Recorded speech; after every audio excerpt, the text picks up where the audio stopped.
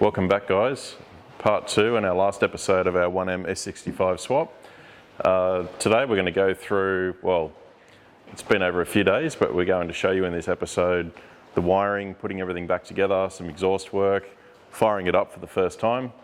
We're going to throw it on the dyno, and then I'm going to take you for a tour through the car, and then we'll take it out on the street and send it off to the customer. Let's do it.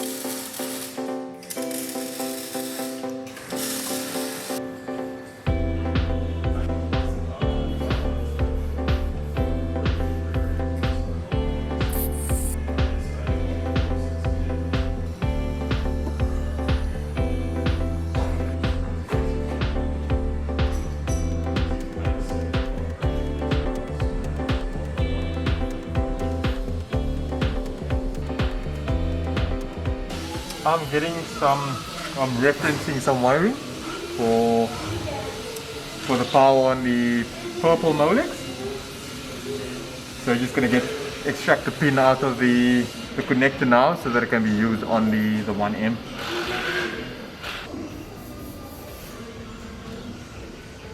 Hi everybody, so we're back on our 1M S65 build, and we just thought we'd show you a bit more of where the progress is at this point in time. So let me just get straight to it, and if you come over here close to the engine bay, what we will be working on next is a custom coupling that will join the factory N54 intake scoop to the S65 airbox. So it's just an intermediate piece to join up there. So we'll have a little bit of a rubber seal on each side, just so that it's all nice and airtight and all works correctly.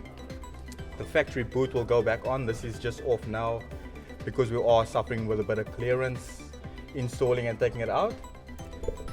So from there we'll go to the ECU box. The wiring is all done now for engine wise. There is still a little bit of wiring to be done inside, which is just for the sport button, and that's it. The car runs perfectly, drives perfectly, no codes in the ECU.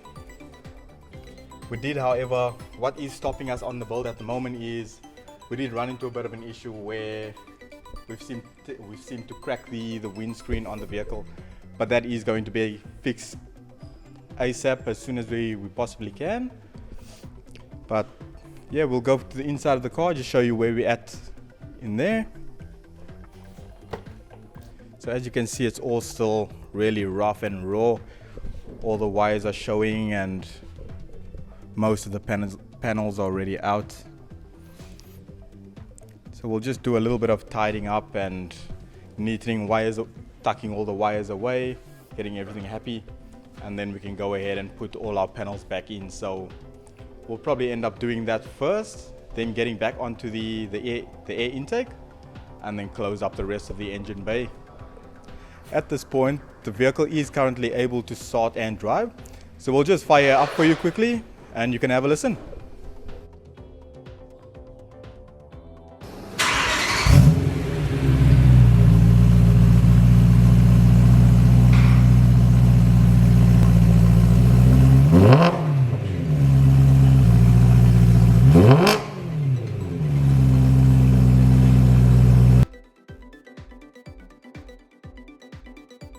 Hi everyone. So today we've got the 1M just about nearing completion. There was just a few little things we had to sort out on the job prior. If you want to come over this way, I'll just run you through what we've done. So we had a bit of an issue with the exhaust being a bit too loud on the current 1M setup. As this back box is a little bit too small, it's not enough to dampen most of the noise. So what we've done in turn is added in a small stubby muffler at the back over here, just behind the resonators. That's all neatly positioned in there, and it definitely sounds a lot better now. Much more quiet as well.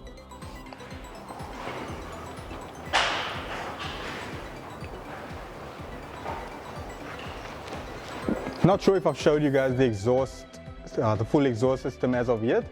So I'll just show you a quick of what we've done. So we've taken the front section of the stock M3. So we've got the stock cats over here, stock headers. And then at the center point here, that needed a bit of modification to get the resonators into a better position to suit the 1 Series chassis. From there, starts a bit of a custom section from here until just before the diff where the factory 1M exhaust system meets up. So all of this we've made out of stainless steel, and that will now match the factory stainless system in the M3 and the 1M rear. So if you want to come around to the front, we've got the factory M3 belly pan as well on now. Belly pan / brace kit, and then also in the front of the car we had to modify the 1M underbody panel to suit the new M3 belly pan.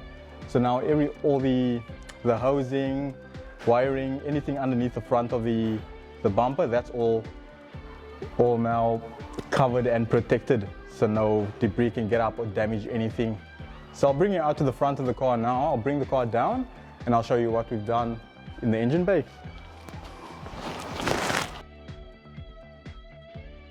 So on the last portion of the car that we've showed you, we had a bit of a mishap with the front windscreen where we've gone and cracked the windscreen. So that's been replaced now. I explained to you about the wiring that still needed to be touched up and finished off and finalized. That's all done. All the scuttle panels are on, all in the factory positions. Over here, the intake flute we needed to make up. So what we've done here was we've made a little custom aluminium intake joiner. So we've got some rubber seals on the end to help seal off the airflow, and just painted it in a nice wrinkled black to suit the factory finish. Other than that, we've got the interior. The interior is all in pieces the last time you guys seen the car. So I'll bring you into the inside of the car and show you what we've done there.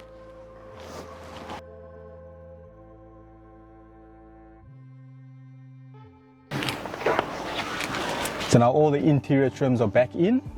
All looks like a factory 1M again, all neat and presentable.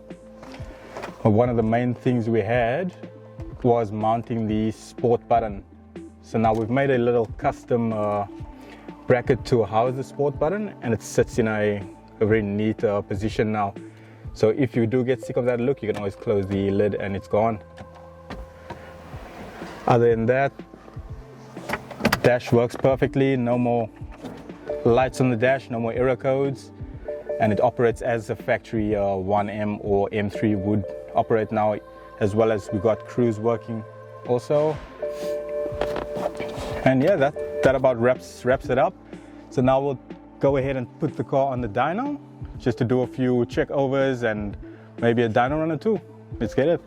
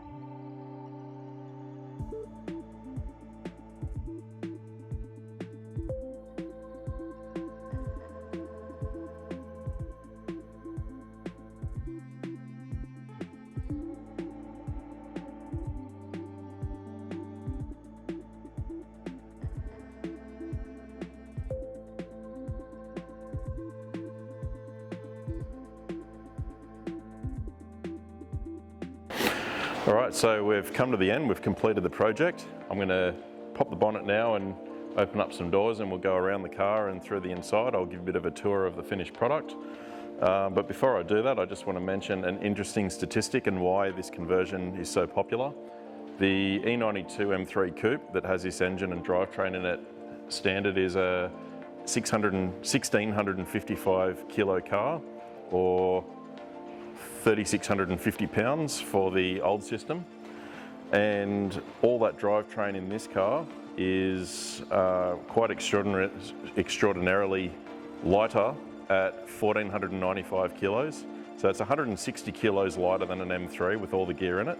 That's a whole engine. So imagine driving in a car, being able to take the engine out, still have the same horsepower, but being able to move around with that agility. So I think that's why this car would probably be the ultimate V8 BMW that you could have.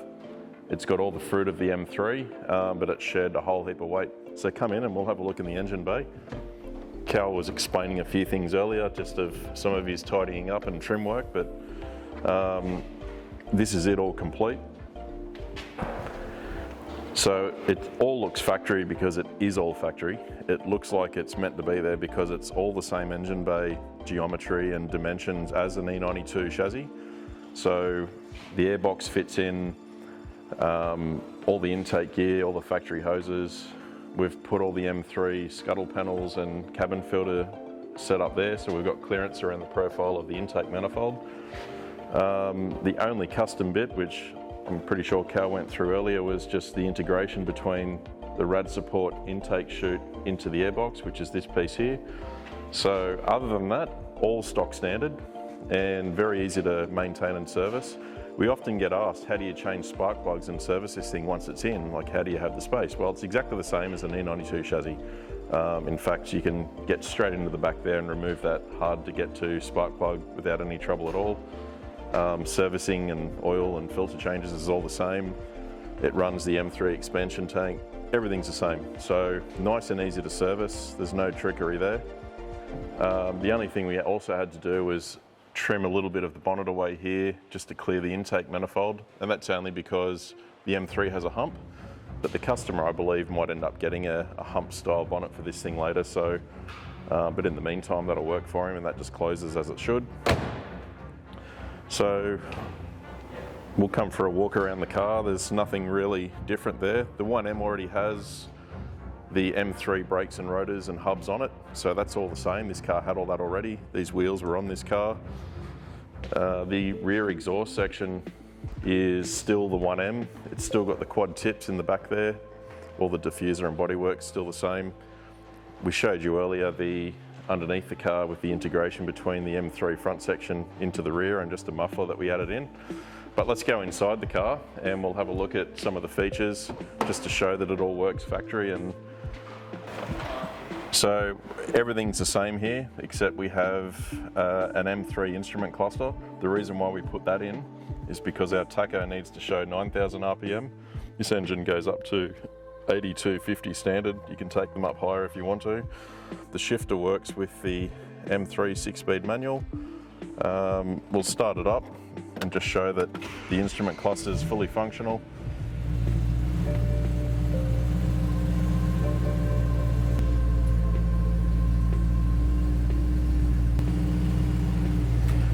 So obviously as well with this setup, we've got M mode or MDM mode, and we've integrated that with the 1M steering wheel back to the V8 computer. So if I push that button, my M drive mode pops on there on the dash. We've got the green M and the MDM lights come up. That's all configurable with our CIC system. So we can go into the settings of the vehicle, we can go into M drive mode, and we can configure what the car does when we push the power button. It can be normal mode, sport, sport plus, or it does nothing. we've just got that set to sport. This has the Servotronic steering rack in it as well, which the 1M and M3 both have, and that all works. Our M dynamic mode settings can be changed here. That's just on the standard setup.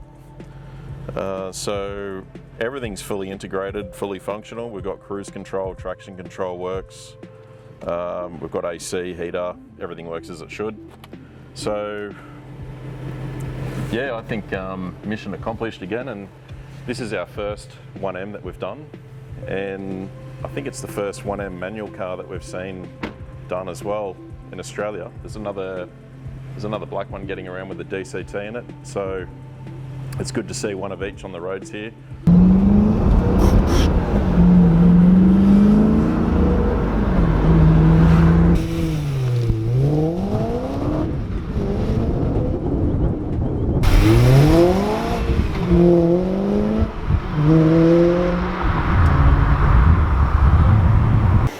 Alright, and you've just witnessed a dyno run as well earlier in the video. Let's go and have a look at the results, and I'll talk about that real quick. So these cars run about 230 kilowatts standard in the M3s. This is our graph that we just laid out. I just did one run. We're exactly there. We're at 230 kilowatts. You can see our power curve is really flat, really straight and tidy. We don't have any dips or peaks or troughs, so we're not showing any strange behavior of engine power delivery there. I've got the torque graph up at the moment as well, so we're reading between sort of 300 and 325 Newton meters, which doesn't seem high, but that's at the wheels, and you know, it really depends on tyre pressures and all sorts of other things, but it's just to show that we're in a nominal area and we've got a nice clean power delivery coming out of this vehicle. Keep in mind that we've choked this down into a single 3-inch at the back of the car to meet it back into the 1M exhaust, so it's not an ideal exhaust system at the back, but I don't think we've lost anything. I think it's done nothing to change the behaviour of the car. So we'll leave it like that, and this will have to go down to Victoria now to get engineered. We've been dealing with an engineer down there that's been really good and positive about facilitating the process for our customer down there. So we'll pass over all our data and info that we have here to him, and he'll do his own testing on the car when it gets there, and hopefully it should tick the box for the noise test and emissions, and then the customer can take his car and enjoy driving it. So all you Victorian customers down there, or fans, you'll probably see this car floating around shortly, or hearing it at least. So give him a wave and a thumbs up, and I hope you enjoyed watching, and we'll bring you some more exciting builds as quickly as we can. Take it easy, guys. Cheers.